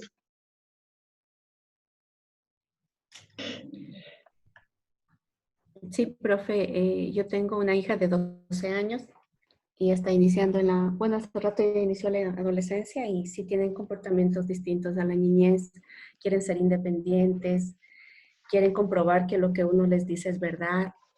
Entonces, sí hay que hablar bastante, pero ahora en los colegios, por ejemplo, les hablan mucho de sexualidad, y cuando uno como madre quiere hablar con ellos, es como que, sí, yo ya sé eso. Entonces le digo, tú conoces el punto de vista del maestro, ahora quiero darte el punto de vista de mamá, porque yo te voy a enseñar con amor, y tal vez también los errores que he venido cometiendo que no quiero que tú cometas. Entonces por ahí ya se interesan un poquito, pero son conversaciones muy cortitas, no le gusta mucho extender, es como que le da vergüenza hablar de esos temas, y sí, cuando tiene curiosidad viene y pregunta ciertas cosas puntuales, pero todavía no tiene esa apertura de hablar del tema. Y bueno, podemos recordar también todos cuando fuimos adolescentes, ¿no? Que queríamos siempre llevarnos con los pares, con nuestros amigos de nuestra edad, y como que ellos tienen la verdad sobre la verdad de nuestros padres. Entonces es un descubrir el mundo desde nuestro punto de vista. Oye, qué bueno lo que tú acabas de decir, ¿oíste? Por lo siguiente, tú dijiste 2 cosas que yo me río, ¿no? Porque es que eso nos ha pasado a todos los que hemos tenido hijos adolescentes, ¿verdad? Nosotros no queremos que nuestros hijos cometan o vivan las mismas experiencias o errores, vamos a llamarlo así, que nosotros hicimos. Pero hay un problema allí, que es que a ellos no les interesa lo que nosotros vivimos. Estemos claros con eso. No les interesa para nada las experiencias que nosotros hemos tenido. Y ya está demostrado que nadie aprende con las experiencias ajenas. Nadie aprende con las experiencias ajenas. Entonces, ¿qué ocurre? Eso es un perder el tiempo, porque no lo vas a enganchar en la comunicación. ¿Qué te recomendaría yo allí con tu hija adolescente? Ella no quiere hablar contigo porque no es ella. Todos los adolescentes no les gusta hablar con papá y mamá porque el discurso va hacia el método prohibitivo, es decir, le prohibimos, no hagas esto, no hagas aquello, porque a mí me pasó, porque a ti te va a pasar. No, cada persona, ¿verdad? Cada persona es un mundo, y desde esa experiencia vivencial él va a construir sus propios aprendizajes, para que lo tengas presente y lo tengan presente todo. Lo otro es que cuando tú vayas a entablar ese proceso comunicacional con tu hija, tienes que buscar métodos como libros, ¿verdad? Folletos, que tú se lo dejes allí. ¿Por qué no conversamos sobre este tema? ¿Qué opinas tú? No desde tu experiencia, no desde el miedo, porque uno de los problemas que nos pasa a todos los padres es que tenemos miedo a que nuestros hijos se equivoquen. Pero si nosotros nos equivocamos, ¿por qué no dejamos que nuestros hijos se equivoquen? Esa Sí. sería la reflexión, ¿verdad? Sí, este Porque amor como nosotros padre. también cometimos errores y eso no son errores, eso son experiencias, son aprendizajes. Y desde esas experiencias deje que el otro la viva porque igual las va a vivir, aunque no se lo diga al papá o a la mamá. Eso es lo que yo te diría en ese caso. Sí, muchas gracias, profe. Y lo que sí asusta un poco es el mundo en el que estamos ahora, porque quizás nosotros nos desarrollamos en un lugar más sano, en un ambiente más sano.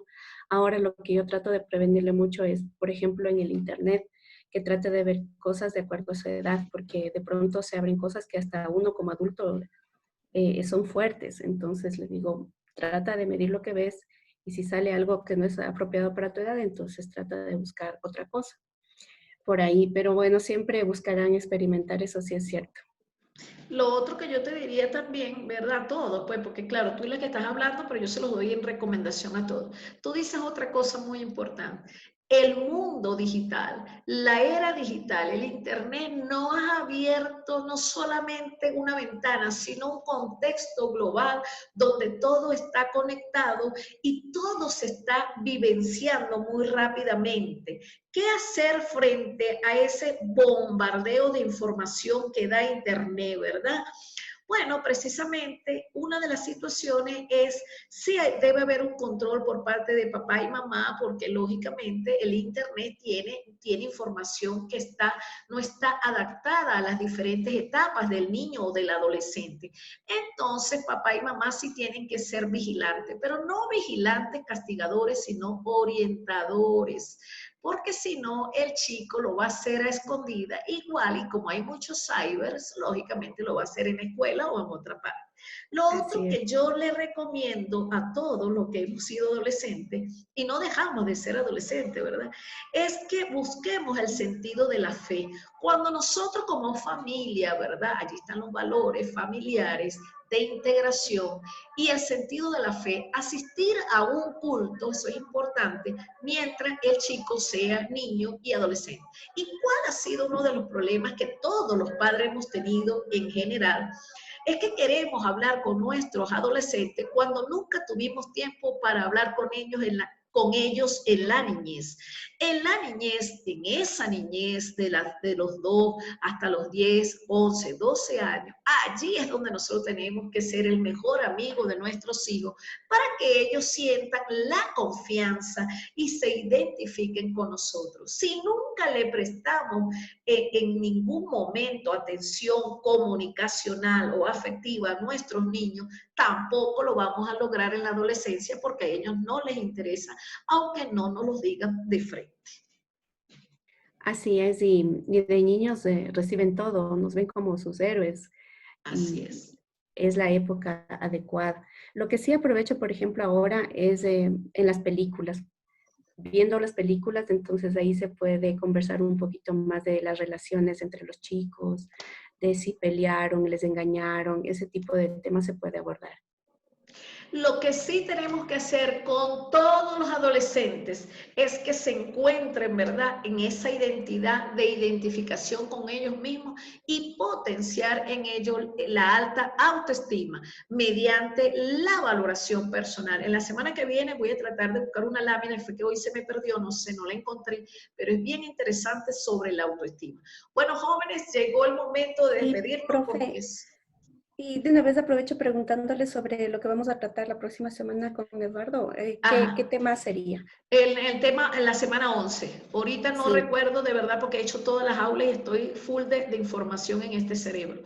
Revisen, métanse en el aula virtual, semana 11, allí están todos los documentos, incluso ahora aparece principal, apoyo, ¿verdad? Están las láminas de presentación, todo está allí, ya está listo.